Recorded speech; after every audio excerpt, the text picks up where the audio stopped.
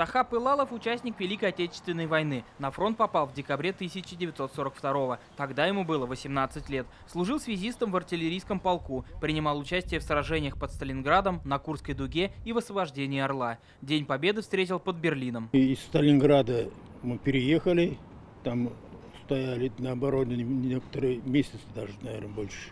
В Орловском на высоте немцы сидели. Ну, в общем, в основном прорыв оттуда началась, с Орла началась. Сейчас он живет в доме на улице Кулахметова. В преддверии Дня Победы управляющая компания украсила дверь подъезда и разместила информацию о подвигах Сахапа Илалова. Приятно, конечно, как человеку, когда все угожает, так очень приятно. Спасибо.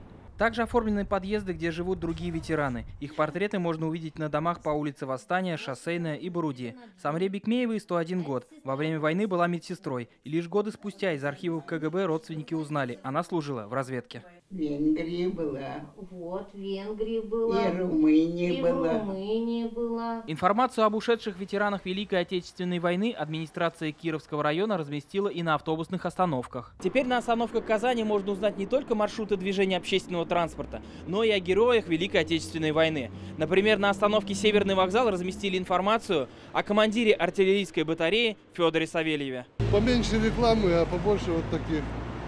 Чтобы пример-то знали, с кого брать. Федор Савельев командовал батареей противотанкового артиллерийского полка. Его боевой расчет в числе первых вышел к реке Неман и начал обстрел противника. Уничтожил 2 артиллерийских орудия, 5 пулеметов, 3 снайперские точки и вражескую пехоту. Нужно знать своих героев и побольше информации предоставлять жителям города.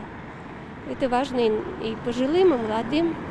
Для всех важно. Молодое поколение видит то, что герои того времени изображены на остановках. Они также подходят к родителям, спрашивают, а кто это? На остановке Гуманитарный институт изображен Борис Машковцев. Во время Великой Отечественной он был летчиком 94-го авиационного полка. Звание Героя Советского Союза получил уже после войны за испытание первого реактивного бомбардировщика Ту-22. В честь Дня Победы украсили самую высокую сталинку Казани. Вершину здания опоясала георгиевская лента, которую видно за сотни метров.